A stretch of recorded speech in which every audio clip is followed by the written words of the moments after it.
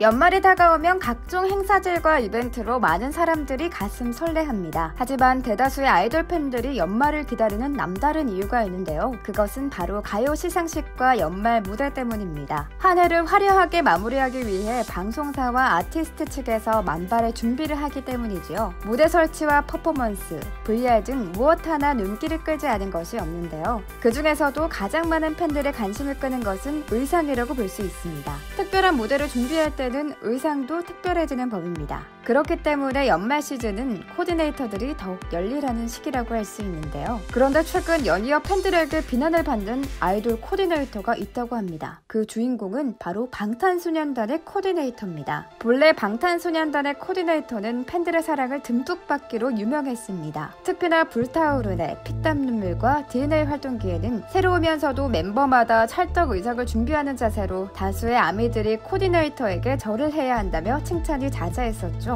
하지만 이번 다이너마이트 활동기엔 코디네이터들이 멤버들의 의상에 대한 안일한 태도를 보이고 있다는 비판이 쇄도하고 있습니다. 다이너마이트는 복고풍의 느낌을 한껏 살린 노래입니다. 그 때문에 무대 의상 역시 복고풍으로 준비하기 일쑤였습니다. 그런데 최근 방탄소년단 코디네이터들이 준비하는 의상은 한결같은 형광빛깔 나팔바지라는 것을 확인할 수 있었습니다. 팬들은 계속되는 실망스러운 의상에 있어 다음번에는 나아진 모습을 보여주겠지란 기대로 기다렸던 것 같습니다. 하지만 1년에 한 번밖에 없는 중요한 연말 무대에도 역시나 나팔바지가 나오기 시작하니 결국 불만이 터지고 만 것인데요. 한번 터지기 시작한 불만은 여기에서 그치지 않았습니다. 논란이 된 것은 최근 타임지 화보 의상이었는데요. 이날 방탄소년단은 어두운 브라운 계열의 수트로 정갈함을 뽐냈습니다. 하지만 그 중에서 몇 가지 거슬리는 부분들이 팬들의 눈에 띄었던 것입니다. 첫 번째로는 사이즈가 전혀 맞지 않은 진해 수트가 있습니다. 손목을 넘는 빅사이즈 수트에 팬들은 아빠 옷을 입었다며 자조할 수밖에 없었죠. 두 번째로는 신발이었습니다. 뷔는 거인 신발이라는 별명을 얻을 정도로 커다란 신발을 신었고, 마찬가지로 지민 역시 굽이 높은 신발임에도 불구하고 뒤꿈치가 많이 남는 사이즈 에러를 눈으로 확인할 수 있었습니다.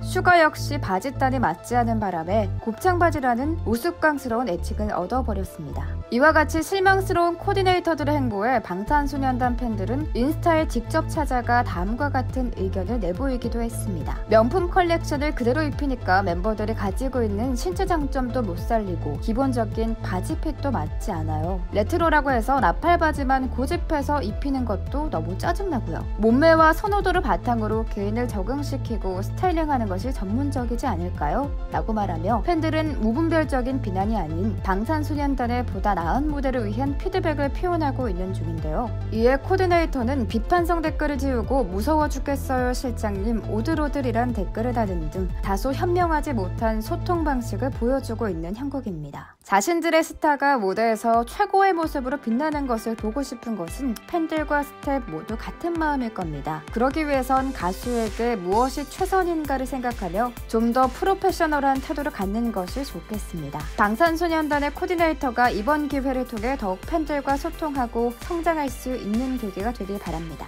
제가 준비한 이야기는 여기까지입니다. 감사합니다.